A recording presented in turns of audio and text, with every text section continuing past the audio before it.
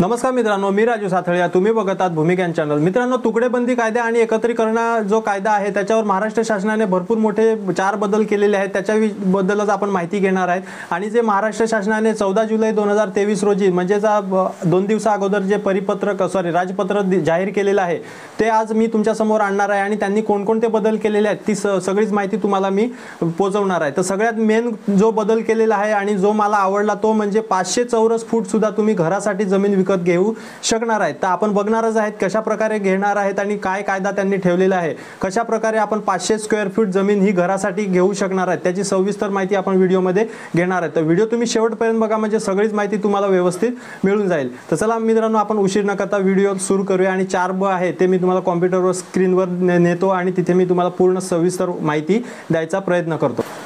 तर मित्रांनो, तुम्ही इथे बघत असतील महाराष्ट्र शासन राजपत्र 4 ब आणि तारीख इथे बघत असतील की शुक्रवार जुलै 14, 2023। मग इथे त्यांनी काय काय सुधारणा केल्या ते आपण सविस्तर घेणार आहे। तर व्हिडिओ थोडा मोठा होऊ शकतो, तर तुम्ही व्हिडिओ शेवटपर्यंत बघा। 4 सुधारणा म्हणजे त्यांनी 500 चौरस फूट घरासाठी, परत विहिरीसाठी आणि रस्त्यासाठी पण तुकडा पाडू शकणार आहेत। आणि एखादा जर तुकडा आहे, जर तो प्रमाणभूत क्षेत्रापेक्षा कमी आहे तर तो तुम्ही कशा प्रकारे विकत घेऊ शकता त्याची पण सविस्तर आपण माहिती या व्हिडिओमध्ये घेणार आहे। तर आपण बघूया सुरुवातीपासून। महाराष्ट्र धारणा जमिनीचे तुकडे पाडण्यास प्रतिबंध करण्याबाबत व त्याचे एकत्रीकरण करण्याबाबत अधिनियम 1947 क्रमांक त्यांनी हा दिलेला आहे।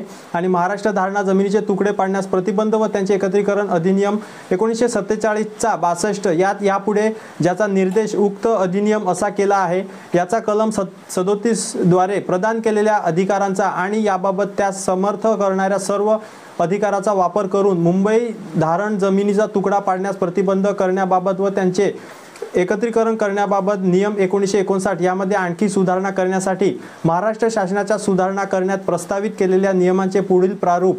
त्यामुळे बाधा पोहोचण्याचा संभव असलेल्या सर्व व्यक्तींना माहितीकरिता उक्त अधिनियमाचा कलम 37 च्या पोट कलम 3 द्वारे आवश्यक असल्याप्रमाणे याद्वारे प्रसिद्ध करण्यात येत आहे। आणि याद्वारे अशी नोटीस देण्यात येत आहे की उक्त प्रारूप महाराष्ट्र शासनाकडून 15 सप्टेंबर 2023 रोजी किंवा त्यानंतर विचारण्यात घेण्यात येईल। म्हणजे ज्या सुधारणा केलेल्या आहेत मित्रांनो महाराष्ट्र शासनाने की 15 सप्टेंबर 2023 नंतर याची जी विचार करण्यात येणार आहे आणि त्या तिथपर्यंत हरकती मागवलेल्या आहेत।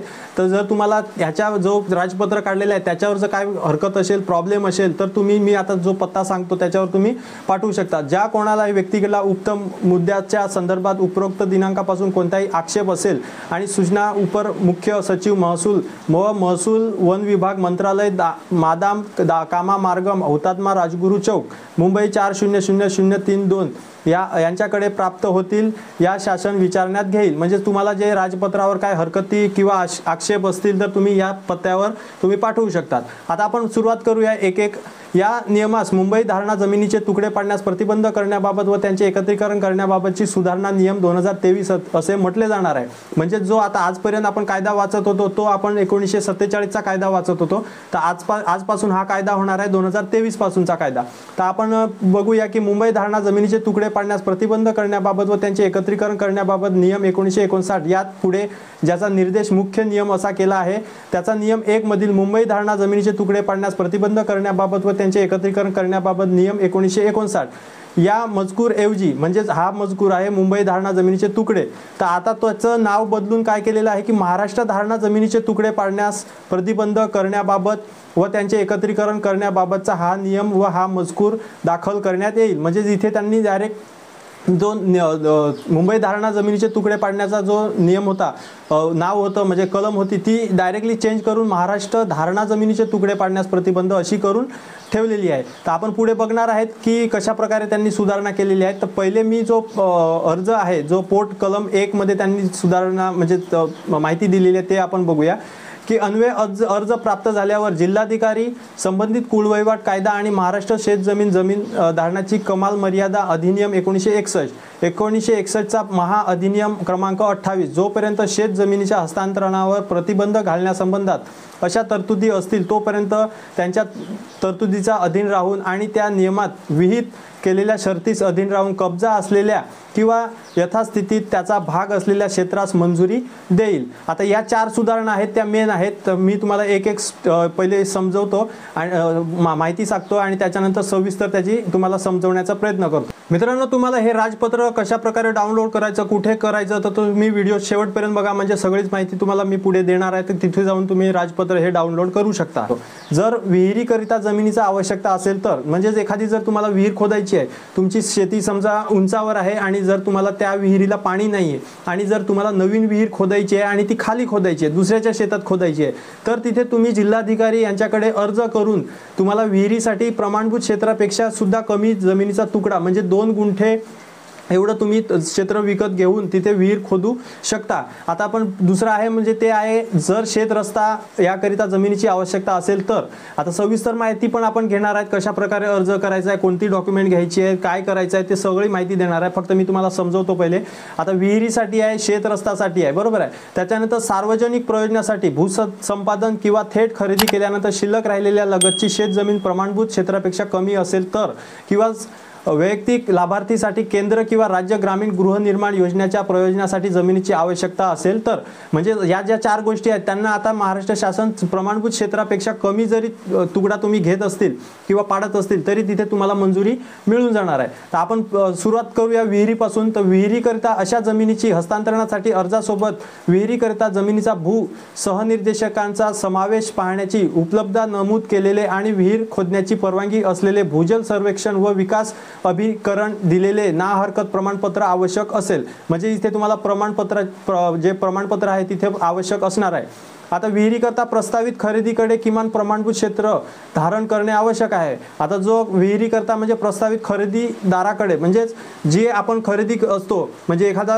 सातबारा आहे समजा 18 गुंठ्याचा सातबारा आहे आणि त्याच्यातला आपल्याला 2 गुंठे जमीन घ्यायची आहे, तर तिथे तो तुकडा पडू शकतो। पण जर एखादा जो शेतकरी आहे त्याच्याजवळ 12 गुंठेच जमीन आहे आणि त्याच्याजवळून आपल्याला विहिरीसाठी 2 गुंठे जमीन घ्यायची आहे, तर जर आपण 2 गुंठे घेतली तर समोरचा जो व्यक्ती आहे त्याच्याकडे तुकडेबंदीचा जो उल्लंघन होते, म्हणजे जो प्रमाणभूत क्षेत्र आहे त्याच्यापेक्षा कमी जमीन होणार आहे, म्हणजे तिकडे परवानगी तुम्हाला मिळणार नाही। म्हणजे त्यांचं डायरेक्टली मी तुम्हाला जे समजवतो की विहिरीकरता प्रस्तावित खरेदीदाराकडे किमान प्रमाणभूत क्षेत्र धारण करणे आवश्यक असेल। आता जिल्हाधिकारी विहिरीकरता कमाल 2 आर क्षेत्र अशा प्रकारच्या जमिनीचे हस्तांतरण मंजुरी करील। म्हणजे तिथे तुम्ही बघत असतील की 2 आर क्षेत्र जरी तुमचं असेल तरी तुम्हाला तिथे परवानगी मिळून जाणार आहे। आता पुढे बघूया, जिल्हाधिकाऱ्यांच्या अशा मंजुरी आदेशामध्ये विहिरीसाठी हस्तांतरित करावयाच्या प्रस्तावित जमिनीच्या भू सहनिर्देशकांचा समावेश असेल। जिल्हाधिकाऱ्यांचा असा मंजुरी आदेश उक्त जमिनीच्या विक्री दस्तासोबत जोडण्यात येईल। अशा जमिनीच्या विक्री दस्तानंतर विहीर वापराकरिता मर्यादित अशी नोंद म्हणजे विहीर वापराकरिता मर्यादित अशी नोंद जमिनीच्या सातबारा उतारावर शेरा घेण्यात येईल। म्हणजे समोरच्याचा जो सातबारा असेल त्याच्यावर अशी नोंद टाकण्यात येईल जे तुम्ही विहिरीसाठी क्षेत्र घेतलेले आहे त्या सातबाऱ्यावर। आता पुढे बघूया की एखादा रस्ता घ्यायचा आहे, शेत रस्त्यासाठी कशा प्रकारे परवानगी मिळेल। तर शेत रस्त्यासाठी जमीन हस्तांतरित करण्याच्या अर्जासोबत प्रस्तावित शेत रस्त्याचा कच्चा नकाशा, म्हणजे जो तुमचा शेत रस्ता तुम्ही जो जसा घेणार आहे त्याचा एक कच्चा नकाशा तिथे तुम्हाला बनवावा लागणार आहे। त्याच्यानंतर तुम्हाला ज्या जमिनीवर शेत रस्ता नकाशा प्रस्तावित आहे त्या जमिनीचा भू सहनिर्देश आणि जवळचा विद्यमान रस्ता जेथे प्रस्तावित शेत रस्ता जोडणार असेल त्याची तपशील नमूद करणे आवश्यक आहे। म्हणजे तुम्ही जो नवीन रस्त्यासाठी एखादा क्षेत्र जमीन घेत आहेत प्रमाणभूत क्षेत्रापेक्षा कमी, पण तो रस्ता कोणत्या रस्त्याला जाऊन मिळतोय आणि तो कोणता रस्ता आहे, कुठे जात आहे, त्याचा पूर्ण तपशील म्हणजे एखादा तुम्हाला कच्चा नकाशा तिथे बनवून घ्यावा लागणार आहे। आता शेत रस्त्यासाठी प्रस्तावित खरेदी करायच्या जमिनीलगत प्रस्तावित खरेदीकडे किमान प्रमाणभूत क्षेत्र धारण करणे आवश्यक आहे। म्हणजे हा नियम जो विहिरीसाठी आहे तो रस्त्यासाठी आहे। त्यांनी डायरेक्ट दोन्ही नियम मध्ये सांगितलेले आहे की एखादा रस्त्यासाठी क्षेत्र घेत असेल तर खरेदीदाराकडे किमान प्रमाणभूत क्षेत्र म्हणजे शिल्लक राहणं गरजेचं आहे। आता आपण डायरेक्टली जाऊया सार्वजनिक प्रयोजनासाठी। तर सार्वजनिक प्रयोजनासाठी भूसंपादन किंवा थेट खरेदी केल्यानंतर शिल्लक असलेल्या प्रमाणभूत क्षेत्रापेक्षा कमी असलेल्या जमिनीच्या हस्तांतरणासाठी अर्जासोबत भूसंपादन अंतिम निवाडा किंवा कमी जास्त पत्रक जोडण्यात येईल। आता हा जो नियम आहे तो पण मी तुम्हाला समजवतो। त्या अगोदर मित्रांनो, जर तुम्ही अजून चॅनलला सबस्क्राईब केला नसेल तर पहिले सबस्क्राईब करून ठेवा, जे आपले अपडेट येत आहेत। आता जे तुकडाबंदी कायदा असो किंवा जे महाराष्ट्रातील जे जमिनीचे निरनिराळे जे कायदे आहेत त्याच्यावर मी पूर्ण अपडेट देत राहतो, आणि जे जमिनी मोजणीबद्दल जे प्रॉब्लेम आहेत ते पण मी सॉल्व्ह करून देतो। तर नक्कीच चॅनलला सबस्क्राईब करून ठेवा, आणि जर अजून व्हिडिओला इथपर्यंत तुम्ही बघत आहेत आणि व्हिडिओला लाईक केलं नाही तर पहिले लाईक करून ठेवा, जेणेकरून प्रत्येक जो आपला व्हिडिओ आहे तो आणखी लोकांपर्यंत पोहोचेल। तर आपण पुढे बघूया की जिल्हाधिकारी खंड क मध्ये नमूद केलेल्या दस्तावेज अर्जासोबत जोडलेली आहेत, यांची पडताळणी केल्यानंतर सार्वजनिक प्रयोजनासाठी भूसंपादन किंवा थेट खरेदी केल्यानंतर शिल्लक राहिलेल्या प्रमाणभूत क्षेत्रापेक्षा कमी असलेल्या जमिनीच्या हस्तांतरणास मंजुरी देऊ शकते। म्हणजे जी एखादी जमीन आहे ती शिल्लक राहिलेली आहे, प्रमाणभूत क्षेत्रापेक्षा पण कमी आहे, तर तिथे आपल्याला ती परवानगी मिळू शकते। म्हणजे जो आपण एखादा तुकडा असेल आणि त्या मालकाने अगोदरच त्या तुकड्यातली बरीच जमीन विकून टाकलेली आहे, पण एखादा तुकडा अजून त्याचा शिल्लक राहिलेला आहे आणि त्याचा वेगळा सातबारा आहे, हे पण समजवतो त्याचा वेगळा सातबारा आहे, आणि ती जमीन जर तुम्ही विकत घेत असतील तर तिथे तुम्हाला परवानगी मिळू शकते। आता आपण बघूया की एखादा वैयक्तिक लाभार्थीला घर बांधण्यासाठी कशा प्रकारे परवानगी मिळू शकते। जिल्हाधिकारी वैयक्तिक लाभार्थीसाठी केंद्रीय किंवा राज्य ग्रामीण घरकुल योजनेच्या प्रयोजनास आवश्यक असलेल्या जमिनीच्या हस्तांतरणाला मंजुरी देण्यापूर्वी जिल्हा ग्रामीण विकास अभिकरणाच्या अशा ग्रामीण घरकुल योजनेचा लाभार्थी म्हणून अर्जदार जाहीर करण्यात आला आहे याची खात्री करून घेईल। म्हणजे एखादा याच्यात तुम्ही ऐकलं असेल की एखादा जर तुम्हाला राज्य किंवा केंद्रीय म्हणजे योजनेअंतर्गत घरकुल योजना आलेली आहे, पण तुम्हाला घर बांधण्यासाठी जागा नाहीये, पण घर बांधायचं आहे, शासनाने तुम्हाला सांगितलं की लवकरात लवकर घर बांधून घ्यावं, पण तिथे तुमच्या जवळ जर घर बांधण्यासाठी जागाच उपलब्ध नाही, तर तुम्ही कोणत्याही जागेवर घर बांधू शकतात, पण ती जमीन कशा प्रकारे असावी लागेल ती मी पुढे समजवतो तुम्हाला। तर इथे त्यांनी दुसरा नियम दिलेला आहे, जिल्हाधिकारी ग्रामीण घरकुलांसाठी अशा जमिनीची प्रत्येक लाभार्थ्याला कमाल 500 चौरस फुटापर्यंत हस्तांतरण करण्यास मंजुरी देऊ शकते। तर इथे तुम्ही बघत असतील की 500 चौरस फूट म्हणजे एक अर्धा गुंठा क्षेत्र जर तुम्ही जमीन विकत घेत असतील तरी तुम्हाला तिथे परवानगी मिळून जाणार आहे। तर पुढची जी अट आहे ती पण मी तुम्हाला समजवतो की जिल्हाधिकारी वैयक्तिक लाभार्थ्यांना केंद्रीय व राज्य घरकुल योजनेच्या प्रयोजनास आवश्यक जमिनीच्या हस्तांतरणाला जर अशा जमिनीची निवासी वापर अनुज्ञेय असेल आणि महाराष्ट्र प्रादेशिक योजना व नगर रचना अधिनियम 1966 चा 37 आणि अंतर्गत तयार केलेल्या विकास नियंत्रण नियमाच्या तरतुदीचा विहित रुंदीचा प्रस्तावित रस्ता उपलब्ध असेल तर मंजुरी देईल। तर तिथे तुम्ही बघत असतील की एखादा 500 स्क्वेअर फूट तुम्ही जागा घेताय, पण असं नाही व्हायला पाहिजे की तुम्ही एखाद्या कोपऱ्यात जमीन घेत आहेत पण त्याला जाण्यासाठी रस्ताच नाहीये, तर तिथे तुम्हाला मंजुरी मिळू शकणार नाही। तुम्हाला जी ही मंजुरी जर तुम्ही जिल्हाधिकारीकडे घेत असतील 500 चौरस फुटाच्या पुढे क्षेत्राची, तर तुम्हाला तिथे कच्चा नकाशा जोडावा लागेल की तुम्ही कोणत्या सर्वे नंबर मधून कोणत्या ठिकाणी घर 500 स्क्वेअर फीट घेत आहेत आणि त्याला जाण्यासाठी रस्ता कशा प्रकारे आहे आणि तो रस्ता कोणत्या रस्त्याला मिळत आहे पुढे जाऊन, किंवा तुम्ही एखाद्या रस्त्याच्या टच पण जमीन घेऊ शकतात। म्हणजे अशा प्रकारे तुम्ही 500 स्क्वेअर फीट म्हणजे अर्धा गुंठा सुद्धा तुम्ही जमीन घेऊ शकतात। आता आपण पुढे बघूया की जिल्हाधिकाऱ्यांच्या अशा मंजुरी आदेशावर वर नमूद केलेल्या योजनाकरिता हस्तांतरित करण्यात येणाऱ्या प्रस्तावित जमिनीचा भू सहनिर्देशांकांचा समावेश असेल। जिल्हाधिकाऱ्यास अशा मंजुरी आदेश व जमिनीच्या विक्री दस्तावेजासोबत जोडण्यात येईल। राजपत्र डाउनलोड करण्यासाठी मी एक डिस्क्रिप्शन मध्ये लिंक दिलेली आहे, ती टेलिग्रामची आहे। टेलिग्रामला हे मी राजपत्र टाकणार आहे, तर नक्कीच तुम्ही टेलिग्रामचे लिंक आहे जी खाली त्याच्यावरून तुम्ही टेलिग्रामला जा। आता आपण बघूया की यांचे जे नियम आहेत, आता या तिन्ही 4 टॉपिक मी तुम्हाला समजवले, तर 4 टॉपिक वर पण त्यांनी नियम ठेवलेले आहेत की तुम्ही किती दिवसात तो घर बांधावा, म्हणजे किती दिवसात रस्ता बनवावा, किती दिवसात तुम्ही विहीर खोदावी, तर त्याच्यावर पण त्यांनी नियम ठेवलेले आहेत। तर आपण बघूया की 2D मध्ये आहे, विहीर क्षेत्रस्थ आणि व्यक्तिगत लाभार्थीसाठी केंद्र किंवा राज्य ग्रामीण गृहनिर्माण योजनेचा प्रयोजन याकरिता जमिनीच्या हस्तांतरणासाठी जिल्हाधिकाऱ्यांची मंजूर केवळ 1 वर्षासाठी अवैध असणार आहे। म्हणजे तुम्ही जर कोणताही प्लॉट घेतला तर तो 1 वर्षासाठी वैध असणार आहे, आणि अर्जदारांच्या विनंतीवरून पुढील 2 वर्षासाठी मुदतवाढ देता येईल। जर तुमचा काही जर असा प्रॉब्लेम आला तर तुम्हाला मुदतवाढ सुद्धा तिथे देण्यात येईल, पण हा म्हणजे रद्द पण होऊ शकतो। तर मी पुढे तुम्हाला समजवतो की सदरचे हस्तांतरण 1 वर्ष किंवा वाढण्यात आलेल्या उक्त कालावधीच्या आत उक्त प्रयोजनासाठी वापरात आणले नसेल तर मंजुरी रद्द करण्यात येईल. म्हणजे जो कालावधी तुम्हाला वाढवून दिलेला आहे त्याच्यात सुद्धा तुम्ही जर तिथे काही काम केलं नाही, म्हणजे रस्ता नाही बनवला, विहीर नाही खोदली किंवा जर घर नाही बांधलं, तर बाकी तुम्हाला तिथे तो मंजुरी मिळालेली आहे ती रद्द करण्यात येईल. या प्रयोजनासाठी मंजुरी दिलेली आहे त्या प्रयोजनाव्यतिरिक्त इतर कोणत्याही प्रयोजनासाठी खरेदी केली असल्यास उक्त जमिनीचा वापर केल्यास निर्देशनास आल्यास अशी प्रकारची मंजुरी प्रारंभपासून रद्द समजण्यास येईल.